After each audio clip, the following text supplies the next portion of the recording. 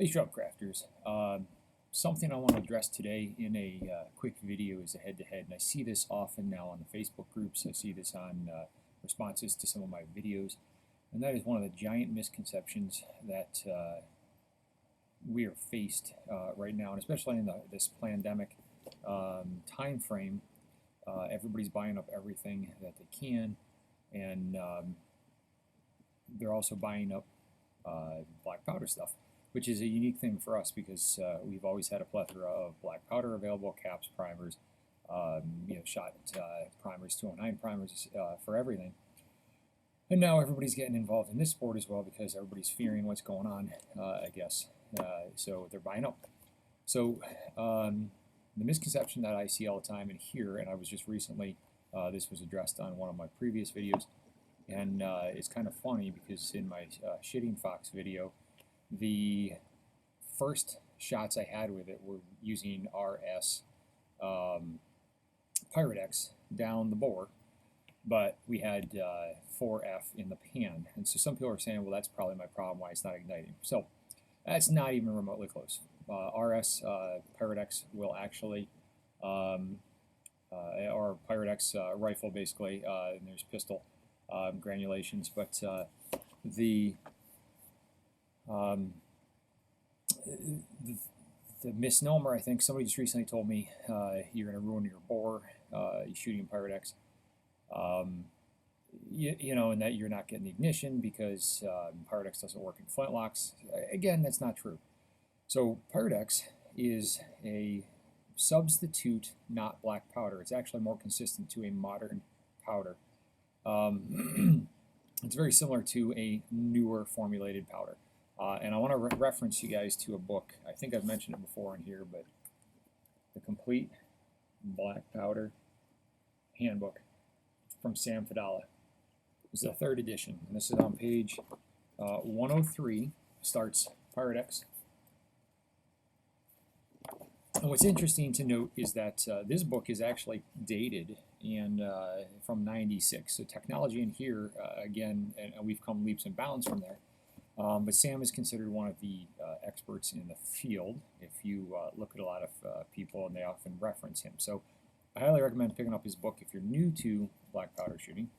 But let's just go through this. There is no danger of shooting Pyrodex out of your black powder guns. Corrosion, fouling, any of that crud makes it worse. Whatever, it's not true.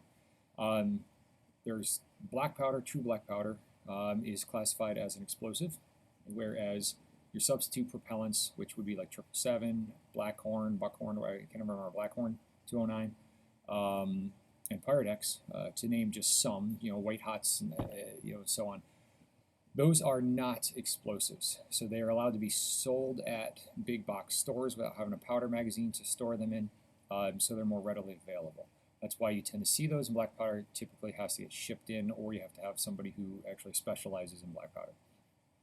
So Sam Fidala says that, he addresses some of the basics, but let's just go with the ultimate thing. Pyrodex comes in different formulations. The Ogden Powder Company is conducting ongoing research to steadily improve upon it today. Now remember, this is '96. Today's Pyrodex is not exactly the same as in years past. For example, modern Pyrodex ignites more readily than earlier samples. It also gives more shots per pound, volume for volume, as is compared with the original recipes. And that is true because Pyrodex burns hotter. It actually produces a little more power, and that power generates, so you'll see when you do a black powder, actual black powder versus Pyrodex, I'm going to tell you to reduce those loads by 10%, which means, in theory, if you find an equivalent load, you're getting 10% more shots out of Pyrodex. If you're reducing to the same level of black powder, so you actually do get more out of that. Or if you want a little more oomph to that, you can put some Pyrodex in there and shoot it down. So the other thing is that he also addresses is cleaning. Cleaning, he says, actually you have to clean less with Pyrodex, and that may or may not be true for you. And again, things vary, but if your technique stays the same, especially using the hot water method, you're not going to have any issues. I think a lot of the frustration to Pyrodex is that people bought the hype that it was cleaner, so you didn't have to clean your guns, which resulted in gumming up inside of the guns. fouling those barrels, fouling that bore, and so that would just build up over time and then trying to get it out. So improper cleaning techniques and so on. But one of the neat things, let me see if I can find this.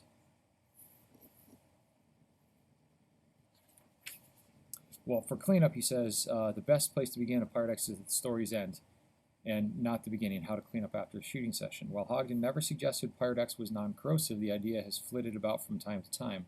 Actually, Pyrodex does demand after shooting cleanup, so reject any notion to the contrary. So you must clean your guns.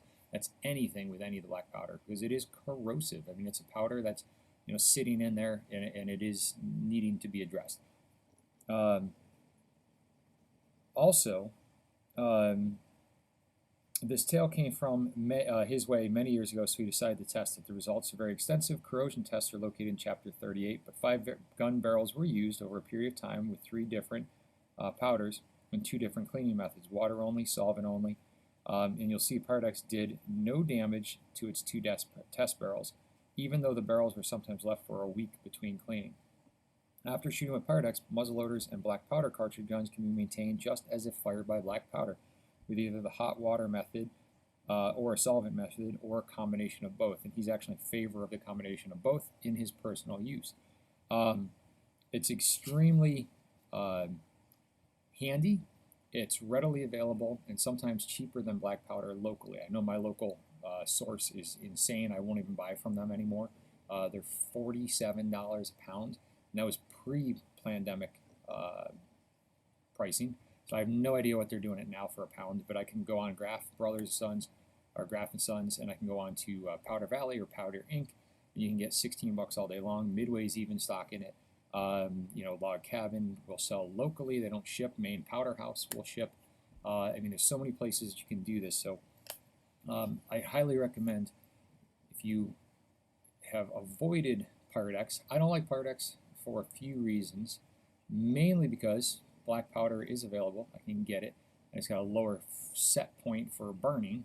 So that I think it's, I wish I could find the number right now, but I think it's like 400 versus 700 to ignite it, temperature-wise.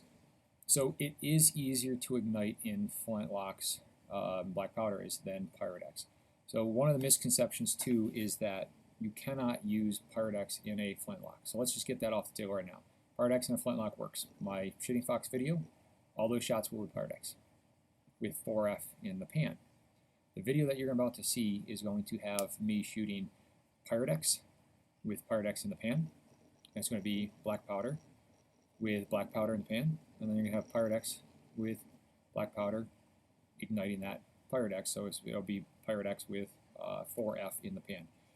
You're going to see. You can guess and see which ones you want to do. I will put a little label on there, which is which. These aren't edited. These are actual shots that I just did 2 days ago.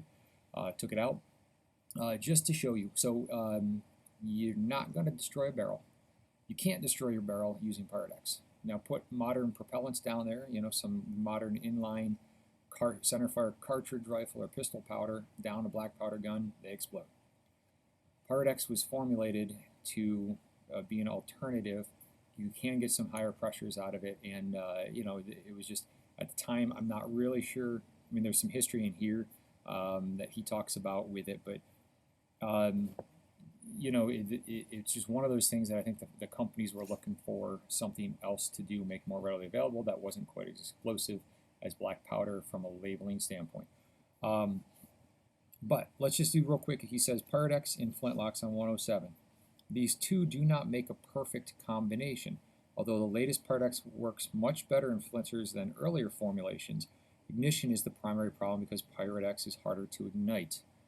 Due to its design, the flintlock does best with 4F black powder in the pan, and an easy-to-ignite powder is as the main charge in the breech.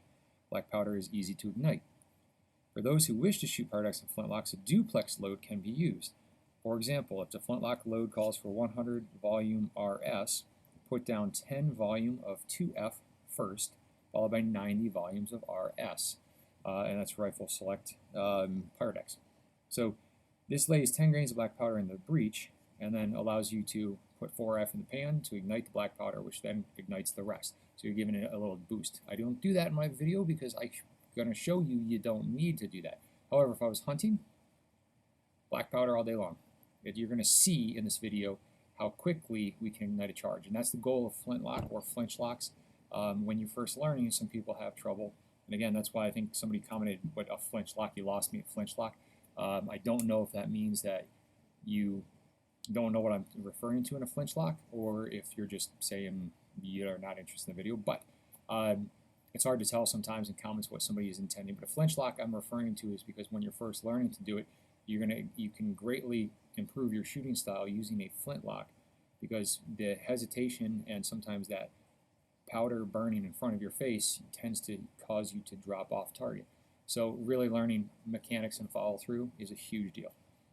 So with that, try your flintlock muzzleloader with a new Pyrodex and see how the ignition goes. If there's a hang fire or slow ignition, then use the duplex method.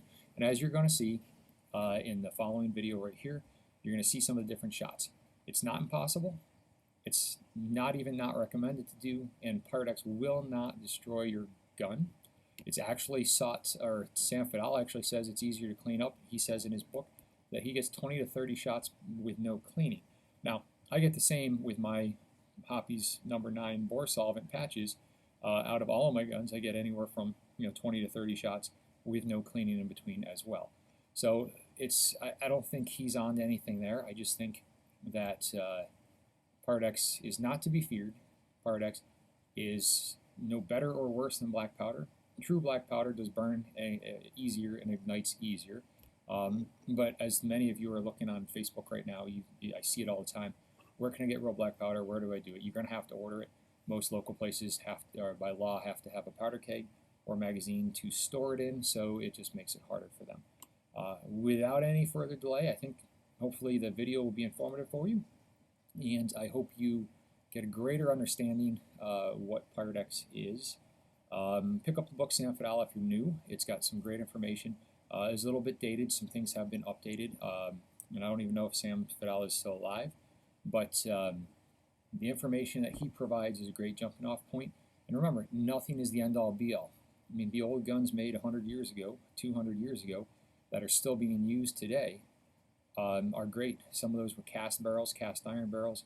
The manufacturing techniques of the day are not the same as today's barrels. And there's a whole nother thing about that, but you don't have to season your barrel. You don't have to prep your barrel.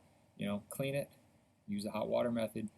You don't have to do any craziness because our steels are so much better. And even the cheap steels that they're using, I forget the source, but there was a great article I read where it talks about the modern steels where everybody's using them.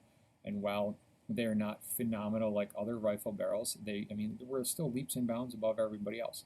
So at this point, I would just say try to get the misconceptions, the myths out of your head that you can't do anything. Try anything you want.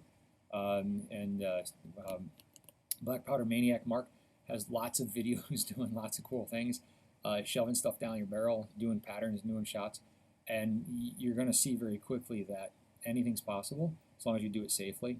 And the biggest thing in any of these is don't overcharge your guns.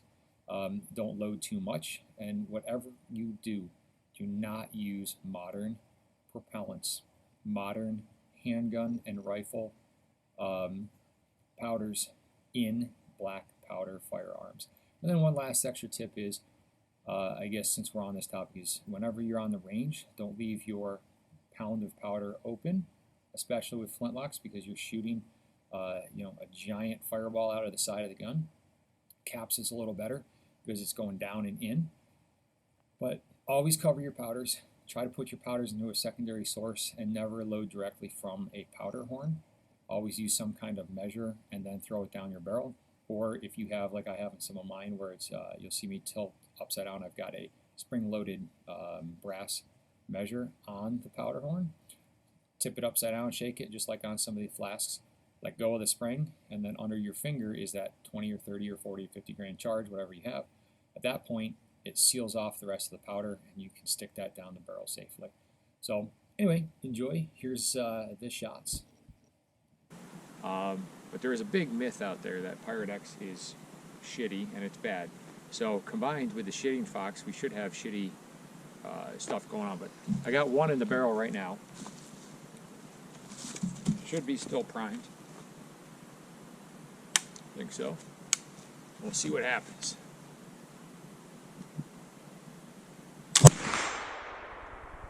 There you go.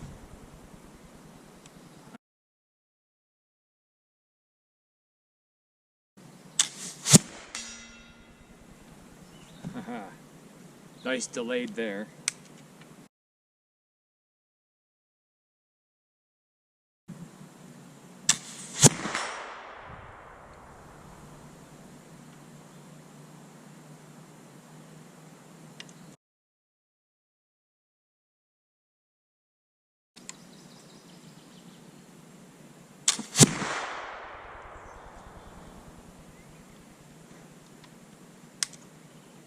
Again,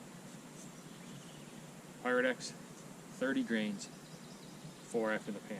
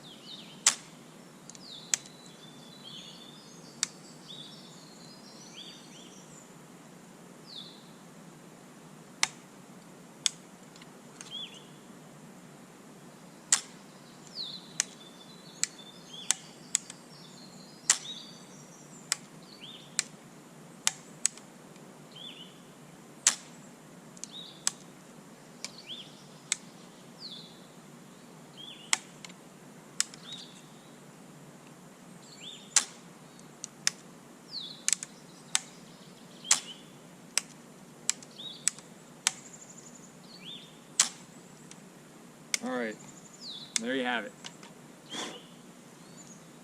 And that's why Pyrodex, you got this one guessed, I'm sure. That's why Pyrodex is considered not good to use. That was Pyrodex in the pan.